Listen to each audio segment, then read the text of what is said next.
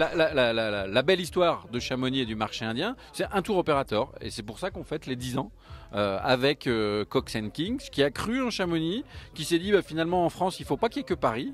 Il y a peut-être d'autres destinations extraordinaires et on a été formidablement aidé par Ronald Tourisme, par Atout France, qui ont poussé ce grand monsieur Kéran, patron de Cox Kings, à venir travailler avec Chamonix. Et donc du coup, c'est à peu près 10 000 Indiens qui viennent chaque année à Chamonix. Le marché indien, c'est un marché qui est très... Il y a quelque chose d'affectif avec ces personnes. Et quand ils viennent à Chamonix, vraiment, ils adorent. Ils tombent amoureux aussi, comme l'a fait Chital en 2005, la directrice d'Atout France. Et je dirais qu'il y a tellement de choses à leur proposer qu'ils vont apprécier, qu'ils apprécient ceux qui viennent déjà. Et ils en font une très belle promotion lorsqu'ils retournent chez eux. Qu'est-ce qu'ils recherchent à Chamonix?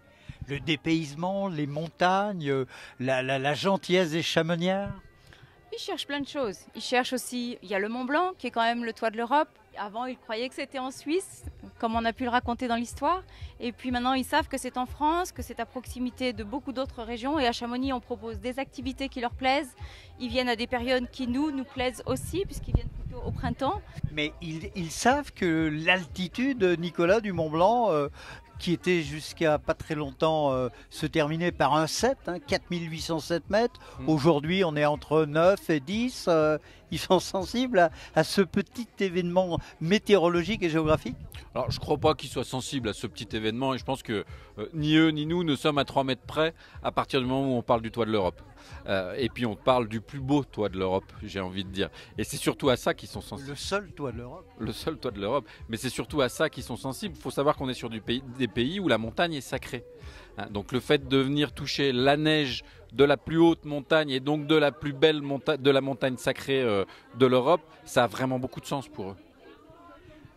Chamonix est quand même une véritable place internationale. Les Japonais, qu'on appelle même maintenant des chaponniards ou des japonniards, des Chinois, tous ces marchés lointains sont des marchés qui se développent à vitesse grand V et l'Inde en fait partie, si j'ai bien compris. Ouais, l'Inde en fait partie. L'Inde, avec le Japon, a même fait partie des premiers. Enfin, le Japon avant. Le Japon avant, mais l'Inde a fait partie des premiers aussi. On fête le 10e anniversaire, c'est pas rien quand même sur l'histoire d'une destination. Alors 10 ans d'anniversaire, ça ferait combien de dizaines de milliers de visiteurs indiens si on multiplie? On va dire, enfin, on était le grand patron de Cox Kings, la Kéran, parlait d'à peu près 6 000 Indiens par an, donc 6 fois 10.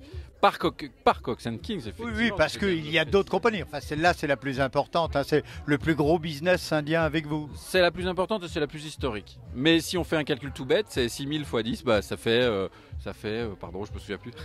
Non, ça fait 60 000.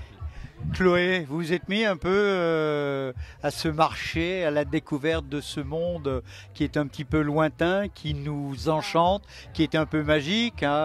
Bon, avec la facilité de l'anglais, parce que dans le business, nos amis indiens parlent anglais, ils parlent hindi que dans la famille et chez eux. C'est vraiment pour vous aussi quelque chose qui vous fait pétiller les yeux comme à cet instant? Ça me fait pétiller parce que c'est quelque chose que j'ai choisi. J'ai choisi de travailler le marché indien quand on m'a proposé de travailler les marchés.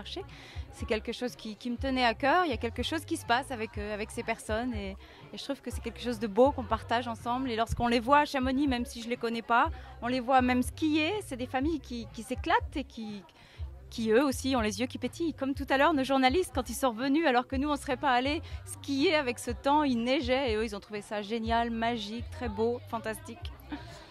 Le mot de la fin, j'oserais presque dire le mot de la fin, FAIM, ça nous donne faim de beaucoup de belles choses. Vous voulez quoi, que je sorte un plat indien, un petit chicken? Non, mais vous avez envie de quoi tout de suite? Là, tout de suite, d'aller danser un petit peu de Bollywood avec eux. Chloé, merci. Nicolas, c'est quand même un bel anniversaire. C'est un bel anniversaire, c'est important dans l'histoire de la vallée de Chamonix et on était content d'être là et j'espère qu'on sera encore là pour souhaiter le 20e.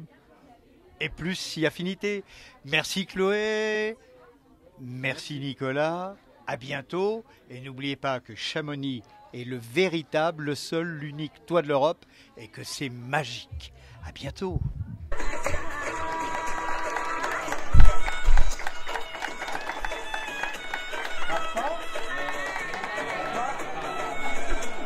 Thank you so much.